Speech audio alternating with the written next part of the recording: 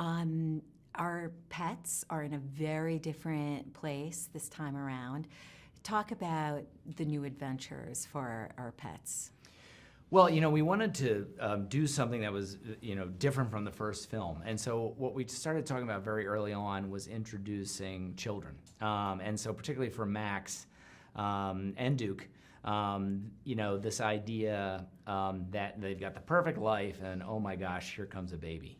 And which happens in real life. People have a pet and they love the heck out of it, and then a baby comes and the pet's like, what happened to me? So really taking that as our launch point for the movie. So it just felt like it was new territory, something that the audience would find very relatable.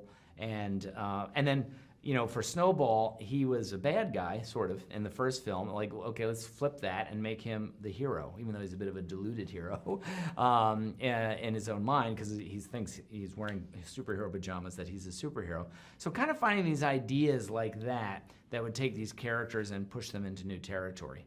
And how about Norman? What do we find Norman doing this time around? Yeah, well, Norman has gotten out of the building. He still isn't home. So we see him running around. He's working with Max, riding in an RC car. So I like to think that Norman's still lost, but now he's doing it in style. That's awesome. Do you have a favorite scene in the film? I love the end of the movie. That was something that very early on I sort of had pictured, and what I like about it is that it sort of reinforces this theme, and I hope that people, probably mostly parents, but kids too, feel something when they see that scene, and it's sort of this kind of little bit of emotional journey that we take them through. Now, what is it about pets that keeps us in the here and now? Because they are so demanding. And they stay in the present.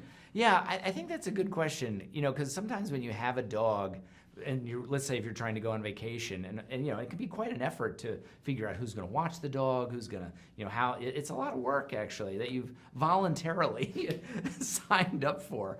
But I guess it's that there's such they add such richness to life that any sort of, in my view, that any sort of hassle that comes with taking care of them is easily mitigated. So it's just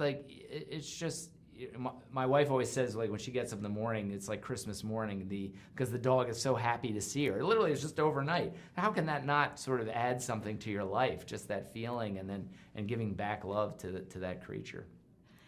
And people get pretty crazy about their pets. Is that why it was just like the perfect premise for this franchise? I think that's an element. I do think, when we first started talking about it, some of my concerns were about, well, gosh, there's been a lot of great dog and cat movies. Some of the early Disney films, Lady and the Tramp, 101 Dalmatians. But there hasn't been anything in a while. Hadn't been anything in a while.